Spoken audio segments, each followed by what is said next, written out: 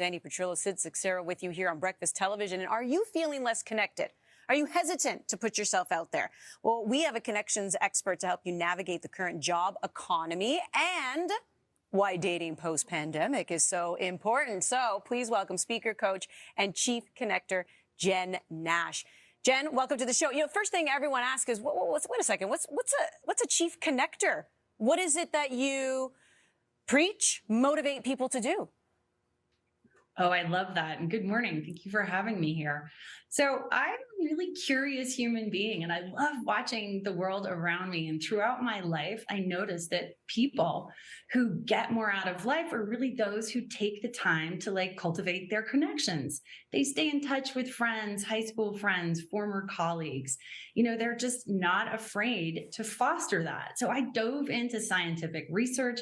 I listened to some amazing life stories, and I wrote a book. Because I was like, oh my gosh, there's so much meat in here. We need this, especially post-pandemic, as you're saying, Andy. So, want to have more fun, want to get invited to more parties, you want to make more money, get a better job, you have to lean into connection. And so I made it my mission to be a connector in chief and help people and companies do just that. How? Well, I coach one-on-one. I run masterful storytelling trainings because stories that move us connect us, and connection is always winning. Does that resonate?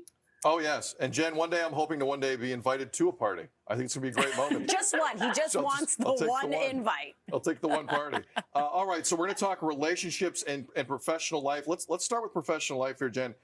If someone watching wants a new job in this economy, what's the best way to start? Okay. Well, first of all, it's daunting, right? It's a weird time. Maybe you have a job, but you want a different job, or maybe you don't have a job. First off, stop thinking about it as job hunting. Think about it as reconnecting. You know, the vast majority of people get their jobs through other people that they know or that they worked with. And if you're working at a top tier firm, say like RBC, Apple, Meta, 90% of those resumes are coming through someone you know. So reconnect with the people in your sphere and ask every single person, who do you know that might be really great for me to talk to? And don't worry if it's been a long time since you've talked.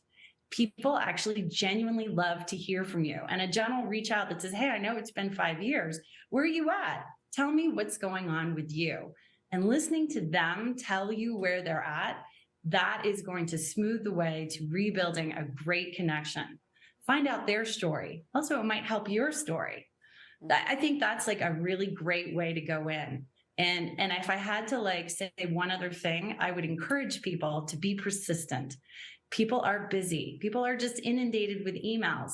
Send a couple. Don't just send one. Send 4. Send 7. Apparently 7 is the magic number. Who knew? Huh. Okay. Yeah.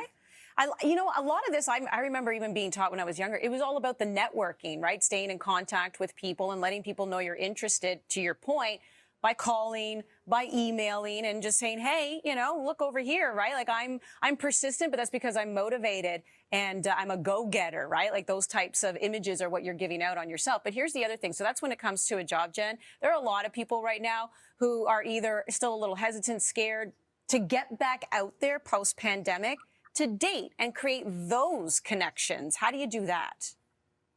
Yeah, you guys had a great segment. Sid, you were chatting with Shan about the big O's a couple weeks ago. Oh, yeah. And I loved her openness and optimism approach. And I really think that what does that look like when you're dealing with a dating app? It looks like getting intentional. And what I mean by that is be serious about what you want. If you're looking for love, go big on the E, lean into sharing that emotion and sharing that vulnerability in your profile. Match your profile to what you're looking for. So if you're looking for an outdoorsy person, be sure to include some outdoorsy pics in your profile. You got to put it out there to get it back.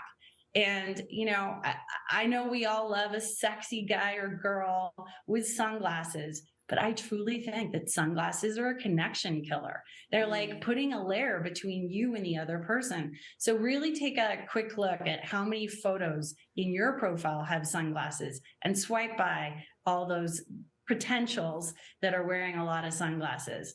And if you're dating in real life, I strongly recommend that you do something that's beyond just grabbing a drink or a coffee. Get full body, get involved, go do something. Could be a walk, a hike, playing a game. So you can really see how the other person shows up and connects. That's going to give you a lot more insight.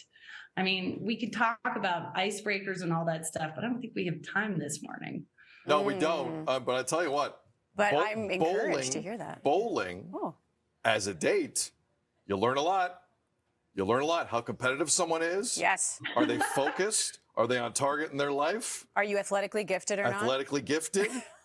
There's a lot there. Jen, we don't have the time, but if people want more info, where can they find you online?